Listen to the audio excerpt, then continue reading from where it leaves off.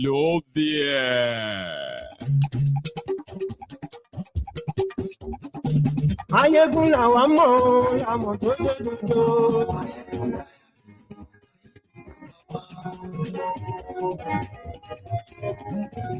Ayégun làwa mọ̀, àmọ̀ tó lódodo. Ayégun ti dé ọ̀rẹ́ lórí Facebook, lórí YouTube. Good morning to you. Good afternoon to you. Good evening to you from wherever you are joining us this moment. It is Mayegun Live.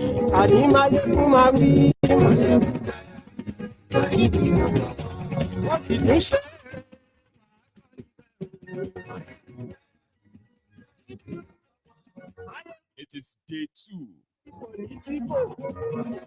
of the 10 days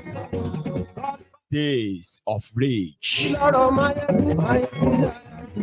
The second day of the 10 days. Nigerians rise against their fear, against their oppressor. And the first day has recorded some massive impacts. So tell everybody that Mayego today. Today, we will have a recap of yesterday as well as what is going on so far. Tifnumbu is yet to address the people. Yesterday, 13 people were killed by the Nigerian police. And the president of Nigeria is yet to utter a word. Rather, more threats. Their DSS, the most stupid service. They have also been busy too, hunting down those they identified with the protests in FCT yesterday. Where Wike is also still talking. No, he is still threatening.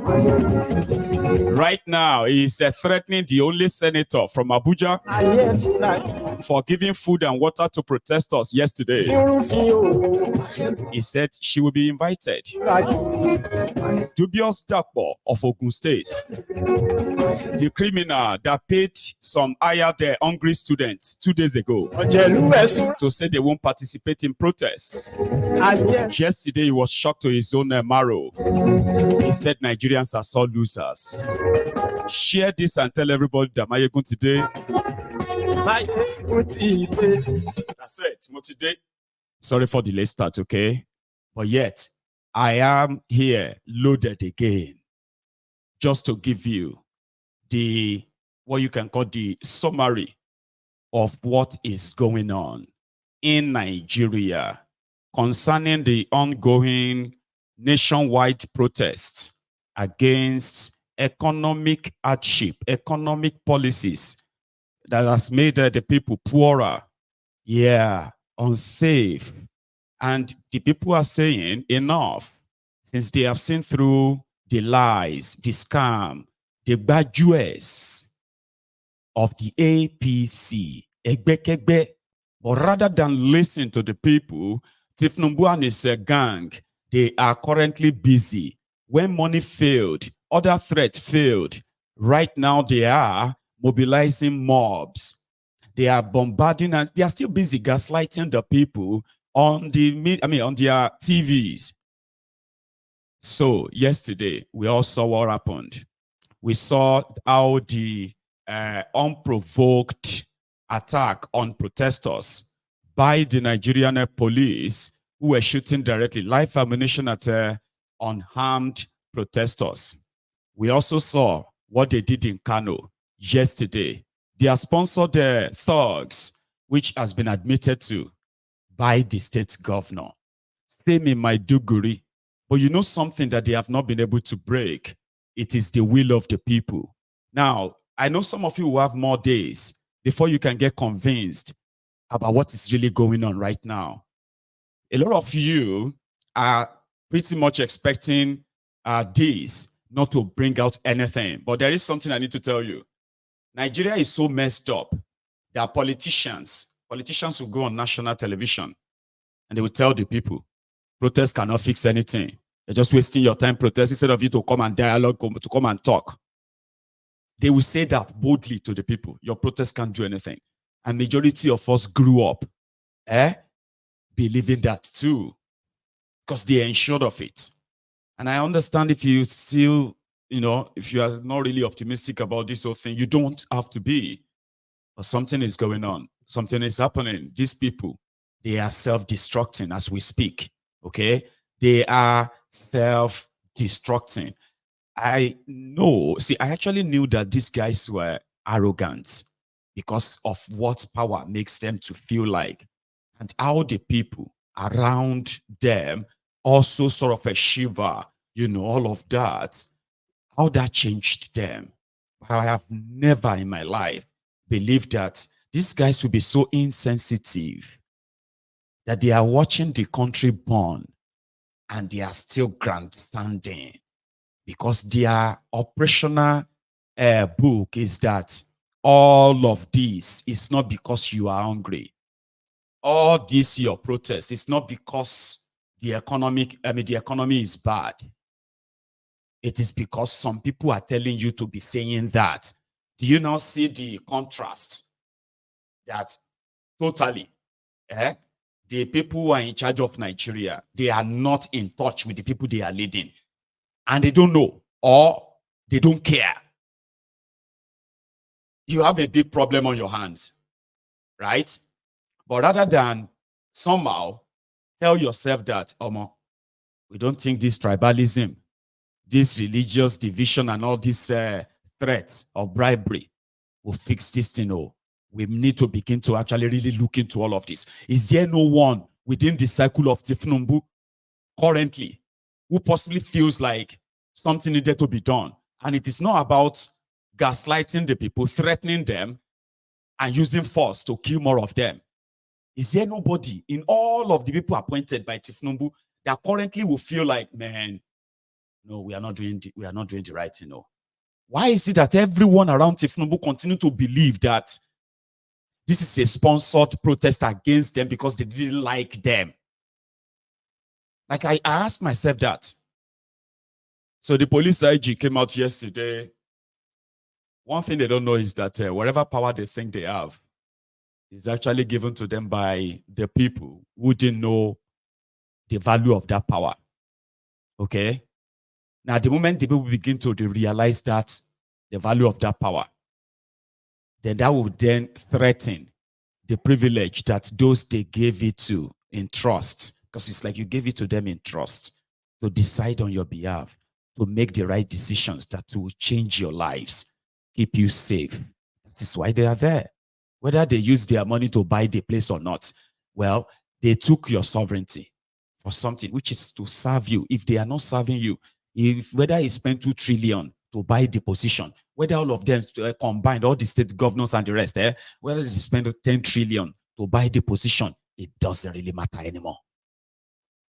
Okay? Whether they deceived you, or they rigged you, or they robbed you, or they, whatever it is, now that they appear now that they appear that as your representatives, representing you, if you now decide that what you are doing is not really good with us, the right thing for them is to listen to you.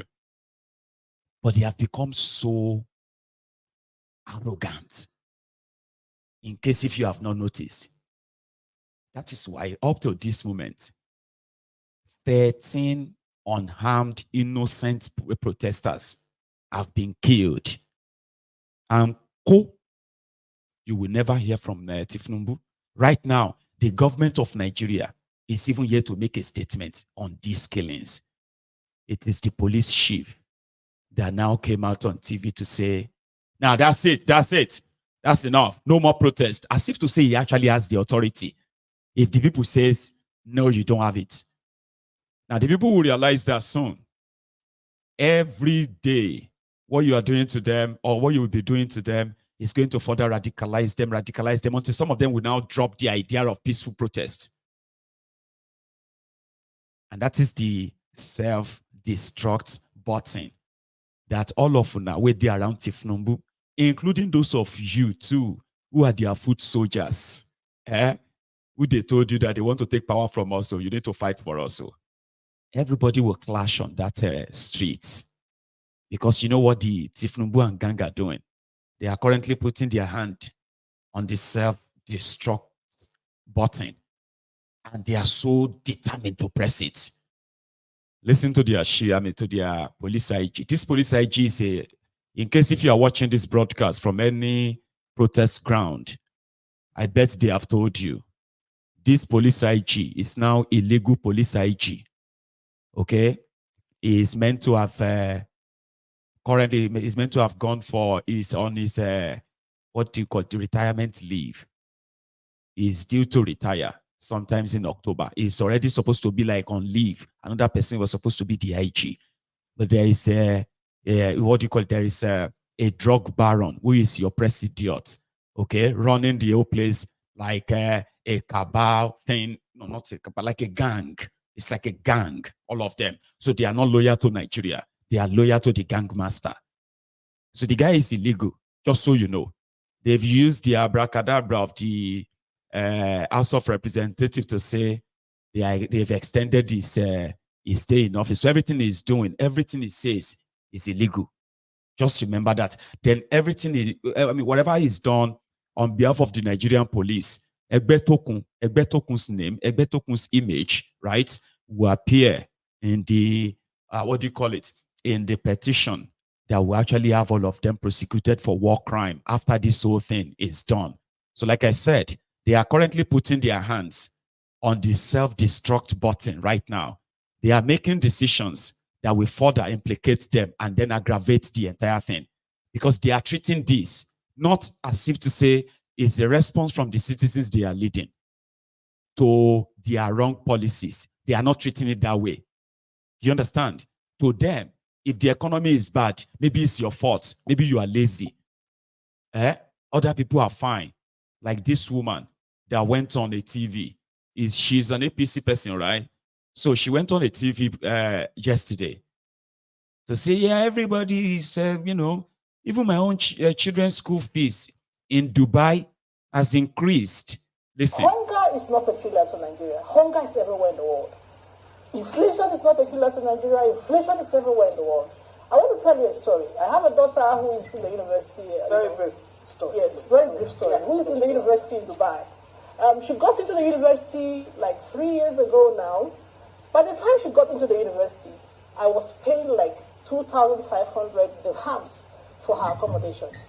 But within the space of just 3 years, as we speak today, I am almost paying 7,000 dirham for the same hostel that I was paying 2,500 dirhams for. Which means that inflation is everywhere in the world. Right.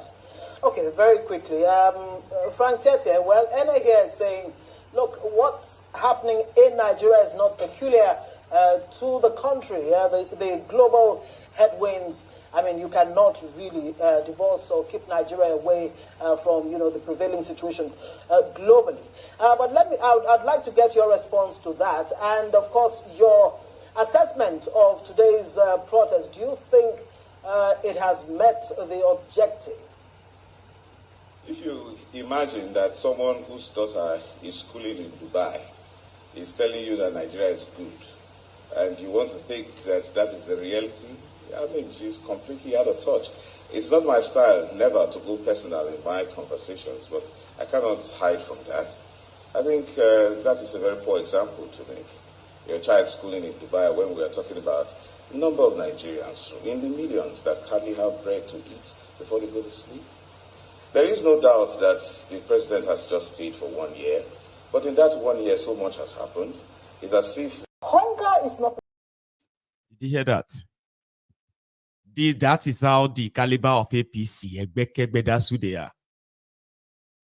She's paying 144 million naira a year on accommodation alone for her daughter that is schooling in university in Dubai. What is her work? She's a political jobber. You get that now? people who feed from politics, APC, Egbekegbe. So she went on TV to use that example that Nigerians should stop complaining. Inflation is everywhere. That she used to spend just about 45 million naira a year on her child's accommodation in Dubai. But now she spends 144 million naira. What is her job? There are many like them, totally out of touch. Then you will now see others who they gave peanuts to.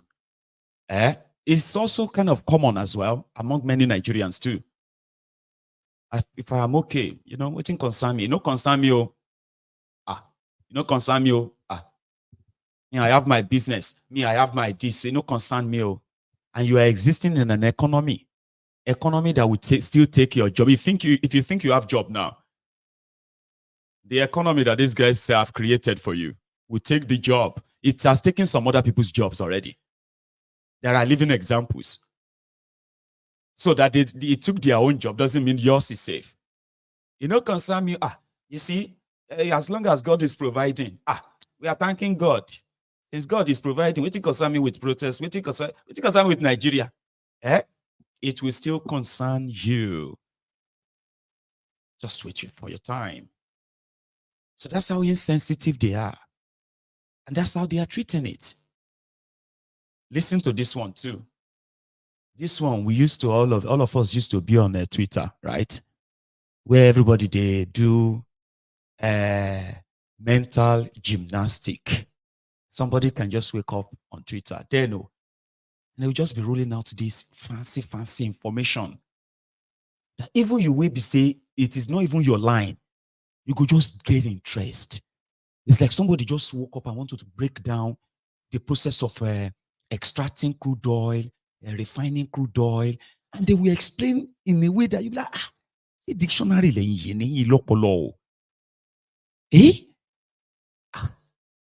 this kind of people Nigeria are supposed to put, imagine. All of us go they drool over ourselves on Twitter. Bosun created an app to help this, an app to help that. A young person in government. Bosun is a minister now. Listen to Bosun last night. These guys are not just considering us. What if you look at the camera? What would you tell Nigerians tonight? Sharing the reality about this government, and I'm going to split when we talk Nigerians. I'm going to try to ask two different groups of people to step back and look at this administration. In my adult life, I've never seen a government. In my adult life, I've been active in development in Nigeria, not just protests, nor anything. In development, in my adult life, I've not seen a government with a set of programs that cut across every facet of our society, whether you talk about people who are unemployed, underemployed, gainfully employed, businesses.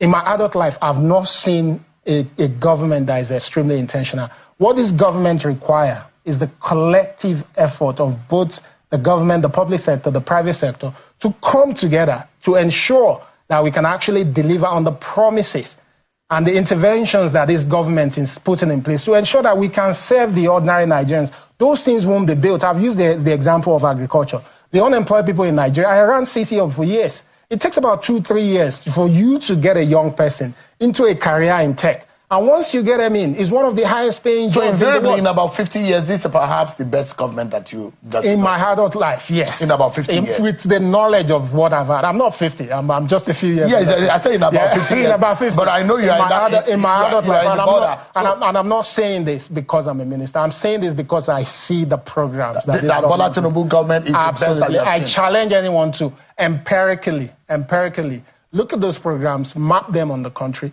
map them on our age-long challenges, age-long issues that we face for years. Even though we want these issues addressed in 12 months, just map them on it and ask whether there's clarity.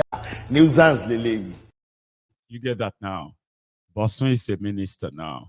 And Bosun is seeing for the first time in his life the best government Nigeria ever, based on the plan of Tifnumbu. For each sector, unemployed, employed, underemployed, businesses. But businesses are dying. Inflation is skyrocketing to hyperinflation. People are dying. Farmers can't farm. About what technology do you need when terrorists can't allow you on your farm? What technology are you introducing? What technology are you introducing when industries are dying because there is no power? Your policies are just the policies to take from people. And the people are telling you all this nonsense you are talking. They know work. You said no. You need their cooperation. What do you want the people to do? Like, ask yourself, whenever they say, we all need to cooperate with this government, we all need to cooperate. You see, we all need to support this government. Ask yourself, what support are they asking you to do? What are they asking you to do before they can actually do their own job?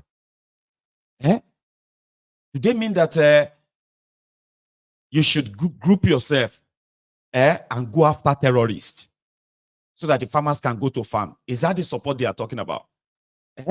Are the military not provided the equipment? Are the military well paid?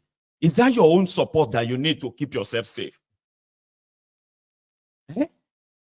You are watching them throwing it back at you. Here is another one. The dubious Dapo from Ogun State. That one said, majority of Nigerians voted for Tinubu. No. Not even by number. No. Listen to this. It's now called Nigerians that you are all sore losers. If you don't like what Tinubu is doing, wait till 2027 and try your luck. Here is another criminal enjoying immunity as a state governor in Nigeria. The crime scene.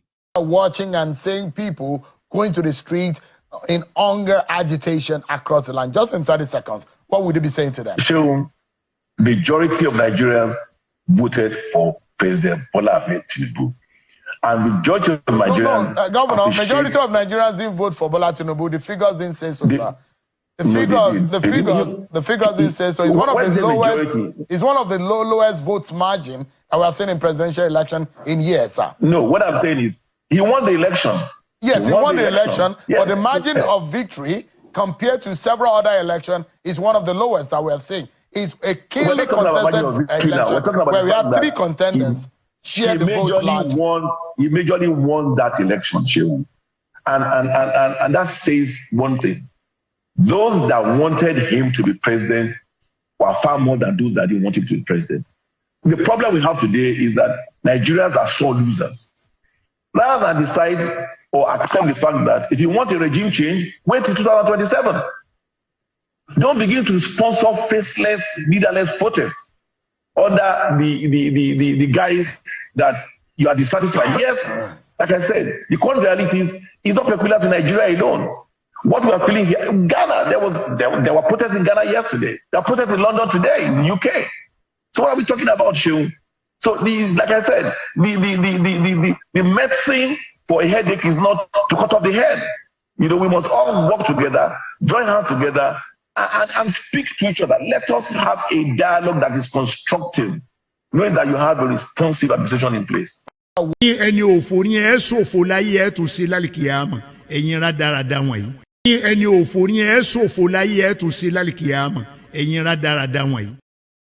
criminal in Nigeria, the criminal den, where criminals are ruling over citizens, where lawbreakers are making laws for the citizens, where drug dealer is the oppressive idiot.